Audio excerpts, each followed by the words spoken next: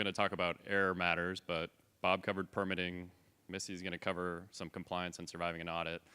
This is kind of in between, maybe something you don't think about too much, but it's stack testing. When I say that, have folks here done stack testing or been part of a project where you had to do stack testing? Hands? Maybe just a few? Okay. So it doesn't come up a lot, maybe just every few years, but given what this conference is about, where it's designing maybe a new elevator or a new process, a lot of times, like Bob said, you will need a permit. And then as part of that, you might have to do stack testing. So we'll breeze through this real quick. The theme is 10. It's just 10 tips. There are more than 10 tips, obviously, but we'll try to go through fast and let everybody go and give presentations for that. Had it upside down. Here we go. So for those who have not done stack testing, in your permit you'll have certain limits. And stack testing is simply just air sampling out of certain ducts coming either before or after a control device. And so a lot of times it's called performance testing, compliance testing, source testing. These are all the same thing. These are all measuring pollutants in your stream, whether that's concentration or by pound per hour, trying to figure out what's coming out of the stack, because otherwise all we really have are emission factors. Everything that we have in permitting, compliance is all built off of studies, emission factors that are well researched, and so when it actually comes time to what's being emitted from your site, all that can really be shown is when you do stack testing, essentially. Quick plug about ARC. So although all the speakers here are from Lincoln, Nebraska, don't think that we only do work in Lincoln. So we've been doing work coast to coast. I was just in Texas last week actually helping with the stack test. So the blue states are where we've been. We hope to go to all of them eventually. So out of the 10 tips, the first thing that always comes up is, why do I have to stack test, right? It's not a fun thing to do if you've had to do it. It's expensive. So a lot of times it's a permit. Sometimes it can be a rule. Sometimes it's maybe even enforcement if you're going through some sort of settlement with the state or regulatory agency. Sometimes it can be for informational purposes. So maybe you're curious about how well a baghouse is working or a cyclone is working, and the only way to really do that is to do a stack test, actually sample what's in the duct. A big thing to note is that a lot of times these can be avoided. So I bring up that stack tests are expensive, costly, timely. A lot of times you can negotiate with state agencies to possibly avoid them. Maybe a study's been done that's very relative to your facility, and you shouldn't have to stack test. Or perhaps you can extend it out. If you want to have more time to do your test, you can possibly get a waiver to do so. Interesting part too is that EPA will also send out a lot of what's called 114 requests. If they want to get more information on a certain industry, they can actually require you to do stack testing just to get more information on your industry type. I don't think this has ever really happened to grain elevators, but it could possibly happen in the future if EPA were to ever draft regulation that was specified for something within the grain industry. Second tip is, how do you find stack testers? Nobody up here is a stack tester, but we all know certain groups. There are several out there. I have a Rolodex of about 200. So depending on where you're doing it, you have to figure out who's going to be the best to really fit your company and what you are stack testing. Outside of talking to a consultant or somebody who's already knowledgeable about doing stack testing, you can find them on state websites. So if you pull up the Iowa DNR, the Wisconsin DNR, they're actually going to have a list of consultants you can pick from, or even stack testers. If you want to be real basic, you can just Google it. You might come up with a few stack testers that you could call as well. But a big thing is to understand who you're working with. Are they reliable? Have you heard of them? Maybe by word of mouth, trying to find somebody that way. And to reiterate that is, all stack testing groups should be tip 3 certified. They should have some sort of certification. If they don't, a lot of times the state or regulatory agency won't accept the test. We were doing stack testing in California where you actually have to be registered with the South Coast Air Quality Management District. If you're not, and if you're not certified through them, they won't accept the test. And so this can happen in a lot of states. So you have to make sure whoever you're hiring, that they are actually have the appropriate certifications. You might want to also gather multiple bids when you're trying to find stack testers, because there are a lot of different price variation depending on travel and what the services that they actually provide. So, we found ranges 5 to 10K different sometimes for the same stack test. For the different types of certifications, QSTI, QSTO, SCS, just ensure that you have that paperwork from the stack tester before you actually accept their proposal or bid to do the work. Test methods, if folks are familiar, a permit or rule are actually going to require you to do a certain stack test method. So when you go into the duct to figure out what's actually in it, there are certain EPA written methods that you have to follow in order to make sure that we're all getting the right sample. I pulled a few of EPA's methods just so everybody's aware. The most common one we'd have to do at an elevator or any sort of grain or feed mill source would be total filterable particulate. So this is everything, and that's captured by method 5. Sometimes, Bob already brought up PM10, PM2.5, that's the smaller fraction of particulate. To get that is actually a little bit more difficult. You have to follow a different test method called 201A. And that will actually provide you a split of what's the difference between total particulate and then the actual smaller stuff that can actually be respirable and get into the lungs. Another part is 202. 202 shouldn't be too persistent at your type of sources, but this is the stuff that can actually condense in the atmosphere. So it enters the atmosphere in a gaseous phase, but then condenses out. I'd imagine folks are pretty familiar with opacity, or maybe going to a smoke school.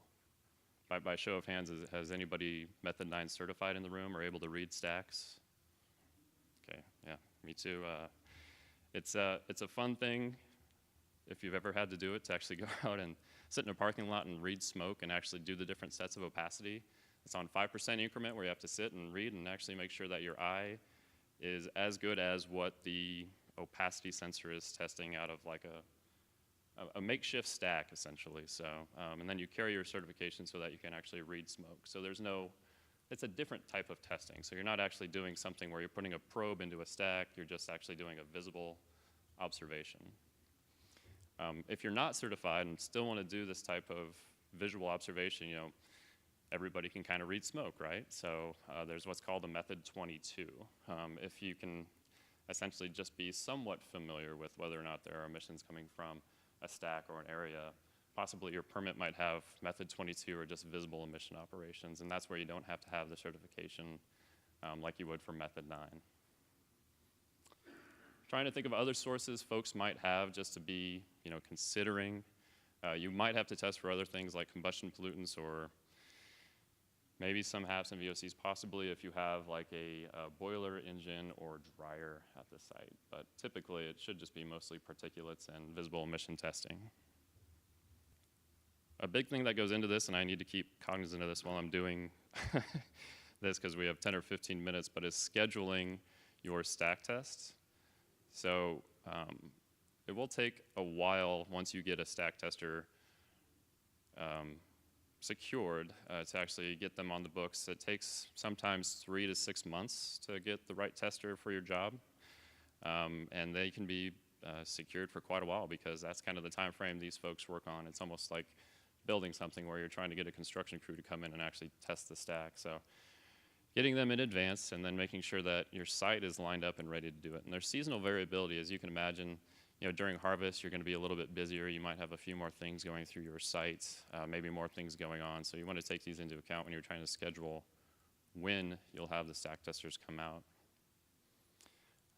There might be, if you're building something and you're doing like a startup or shakedown, you want to make sure you give yourself adequate time to, okay, you installed a new bag house. You don't want to test it right away because you want to give it time to build up. You want to give it time to actually start working properly so that when you test, it's going to give its lowest emission factor possible. So you want to consider kind of these startup and shakedown periods of new devices. And then considering all that, there's a weird term that comes up in most state guidance. I know it definitely comes up in EPA guidance, is trying to find your worst case emitting scenario. That's something that folks can write papers over and try to discuss with state agencies what's your worst emitting scenario, but it's something that you really have to consider because if it's not worst case, a lot of times it can be a rejected stack test and you'll have to do it again. So you're trying to come up with scenarios when you are doing a stack test, whether or not you are actually under your highest emitting scenario. And so what is that? A lot of times it's just the maximum capacity.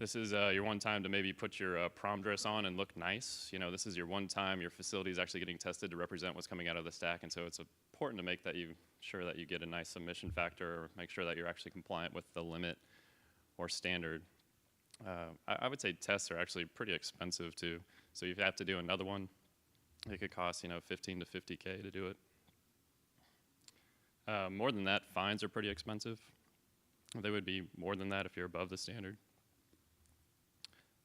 It can also look very bad publicly. You know, it could be bad publicity for your company if you do have a bad stack test, because it's going to be public, along with maybe any enforcement action that comes from